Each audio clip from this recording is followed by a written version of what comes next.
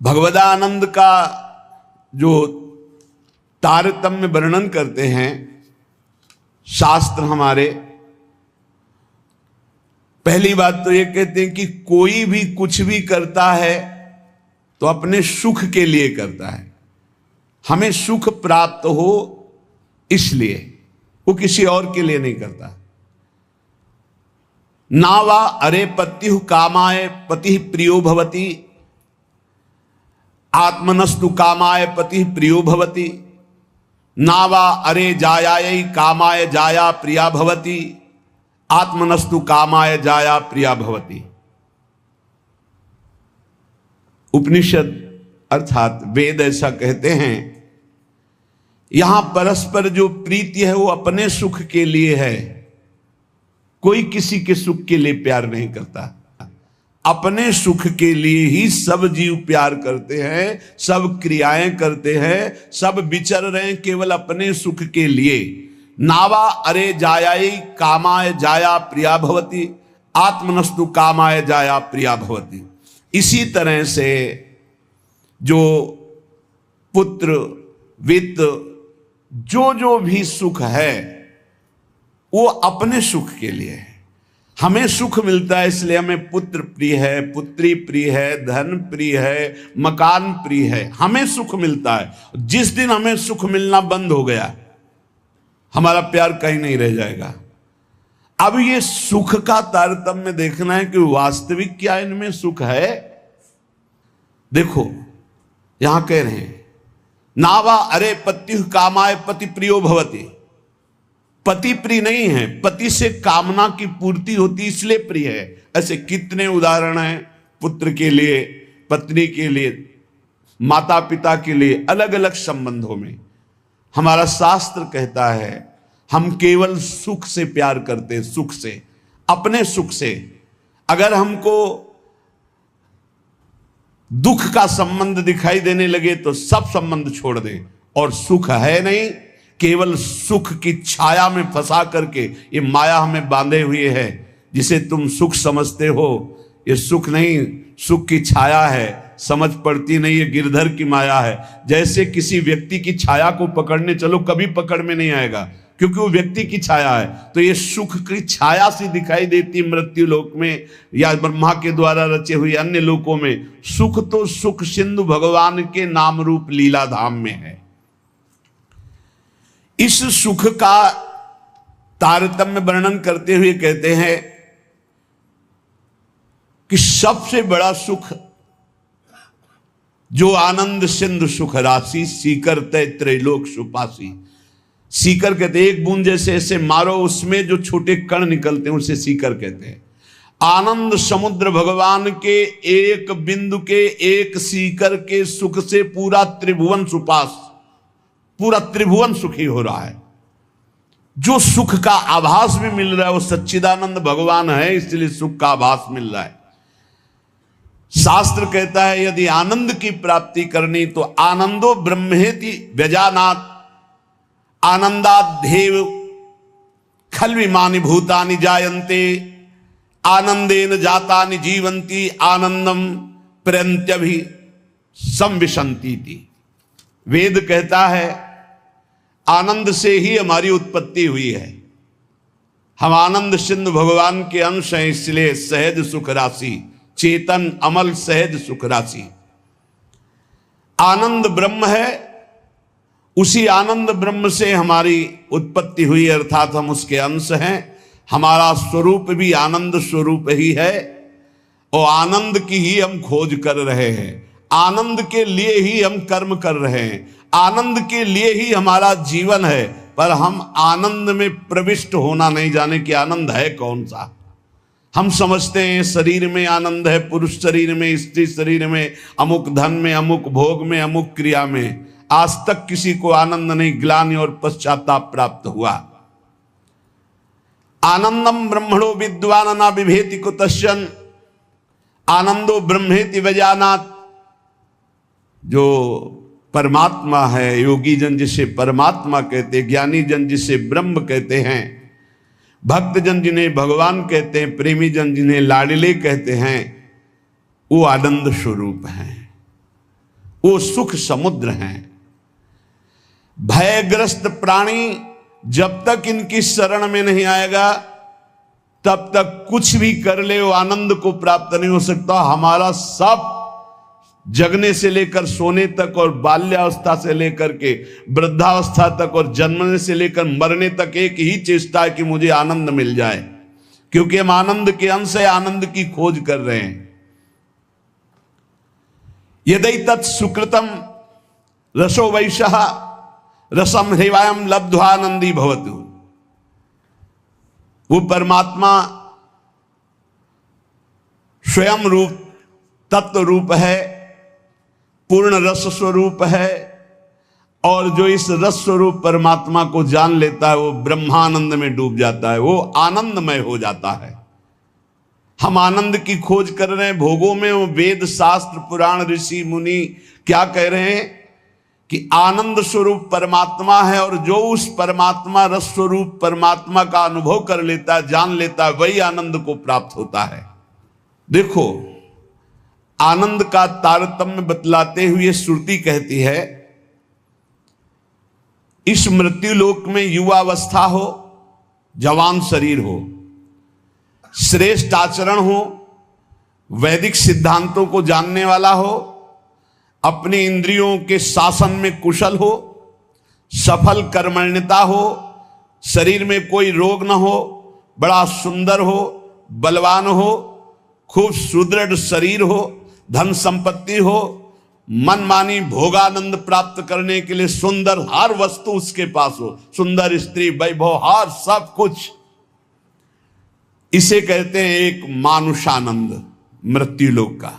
सुनते जाना, इसे कहते हैं मानुषानंद।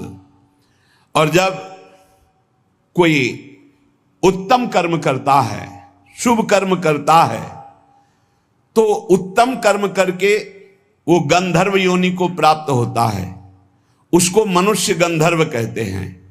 इस मनुष्य गंधर्व को मानुषानंद से 100 गुना बढ़कर आनंद प्राप्त होता है। मानुषानंद समझा? वैदिक सिद्धांत को जानने वाला, युवावस्था, सुंदर शरीर, रोग रहित और अपार धन संपत्ति, सुंदरियां, सब सुख मृत्यु लोक का। कोई सुख ऐसा नहीं कि इसके पास ना हो, उसे कहते हैं मानुषानंद। उस मानुषानंद से उत्तम कर्म करके जो गंधर्व योनि को प्राप्त हुआ उसे मनुष्य गंधर्व कहते हैं। उस मानुष गंधर्व को मानुषानंद से 100 गुना बढ़कर सुख मिलता है, मानुष गंधर्व को। और उस मनुष्य गंधर्व के आनंद से 100 गुना बढ़कर के देव गंधर्व, जो देवता गंधर्व रूप में ये साधन करके गंधर्व बना, 100 गुना मानुषानंद से बढ़कर। और उस मनुष्य गंधर्व से देव गंधर्व को 100 गुना बढ़कर के ये देव जाति स्वयं प्रकट हुए गंधर्व योनि में।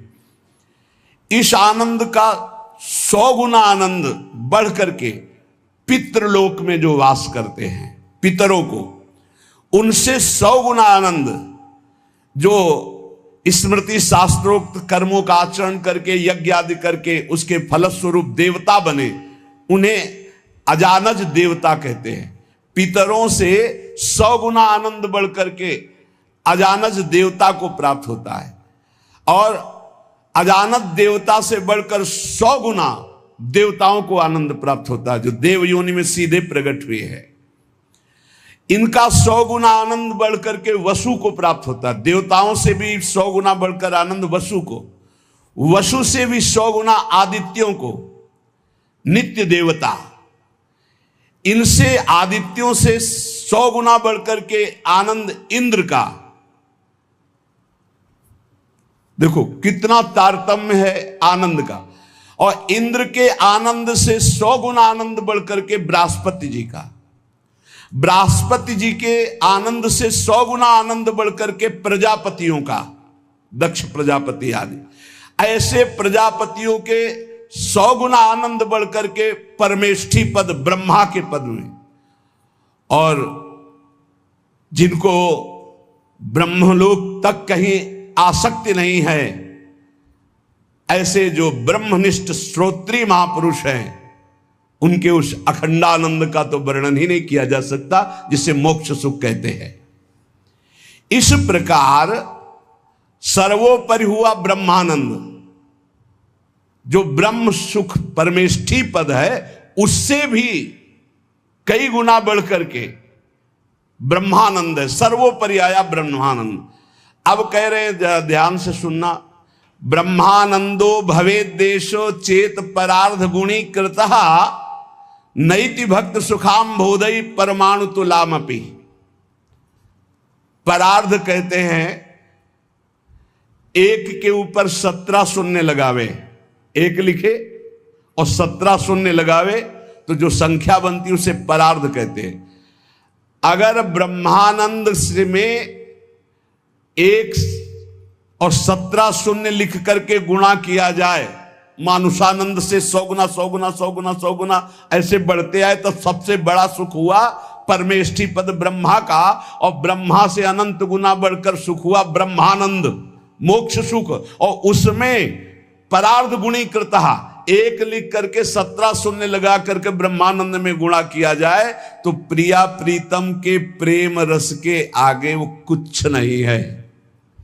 कह रहे हैं परमाणु तुलाम, परमाणु बहुत छोटी वस्तु होती, प्रिया प्रीतम के प्रेम भक्ति के आगे जो सुख मिलता है, उस सुख के आगे ब्रह्मानंद में 1 लिखकर 17 शून्य लगाकर परार्ध का गुणा किया जाए तो जो संख्या आएगी वो प्रेम रस के आगे कुछ नहीं, परमाणु के समान भी नहीं। इतना अपार सुख प्रिया प्रीतम के प्रेम में है। हम प्रिया प्रीतम के प्रेम के उपासक मानुषानंद में ही फेल हो रहे हैं। गंधर्वानंद, अजानज देवता, फिर देवता, वसु, आदित्य, फिर देवराज इंद्र, बृहस्पति, प्रजापति, ब्रह्मा का सुख, और फिर ब्रह्मानंद, और फिर ब्रह्मानंद से भी परार्ध गुणीकृता, ये प्रिया प्रीतम का प्रेम वो परमाणु तुल्य भी नहीं है। ऐसे प्रिया प्रीतम के भजन के लिए, प्रेम के लिए हम मानुष सुख में अपना भजन छोड़ देते हैं। हमारी क्या स्थिति है? इसलिए उपासक को चाहिए कि अखिल विकार शून्या नित्यानंदमयी, भोग त्याग समर्पितात्मा, अचिंत्यानंद दिव्य परमानंद स्वरूपा प्रीति पराकाष्ठा, स्वसुखानुसंधान कल्पना लेस शून्या,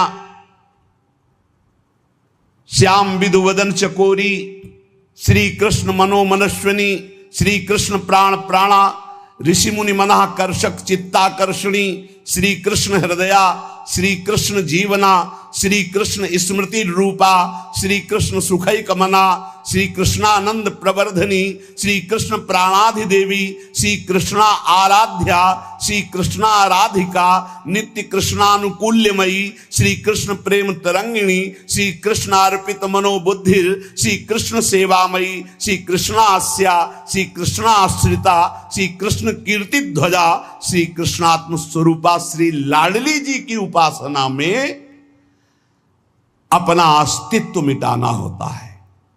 जिसे ब्रह्मानंद की भी चाह का त्याग हो जाता है, वो प्रिया प्रेम को प्राप्त होता है। इसलिए उपासक को चाहिए कि पहले अपना लक्ष्य दृढ़ करे। जीवन का चरम और परम लक्ष्य एकमात्र भगवत प्रेम, भगवान की प्राप्ति। ध्यान दीजिए, प्रियालाल की उपासना में सबसे पहले उपासक को दृढ़ निश्चय करना है, आशा बंधा, दृढ़ आशा, इसी जन्म में मुझे प्रियालाल का प्रेम प्राप्त होगा, इसी जन्म में हम प्रियालाल को प्राप्त होंगे, पक्का। बुद्धि केवल प्रियालाल के विषय में ही विचार करे। जीवन भर हमारा एक ही कार्य है साधना का, मय्येव मन आधत्स्व मयि बुद्धि निवेश है। प्रियालाल में मन लगाना है, प्रियालाल में बुद्धि लगानी। बुद्धि का काम है निश्चय करना, मन का काम है संकल्प विकल्प करना। अब निश्चय तो हमारा दृढ़ हो गया कि प्रियालाल ही हमारे हैं,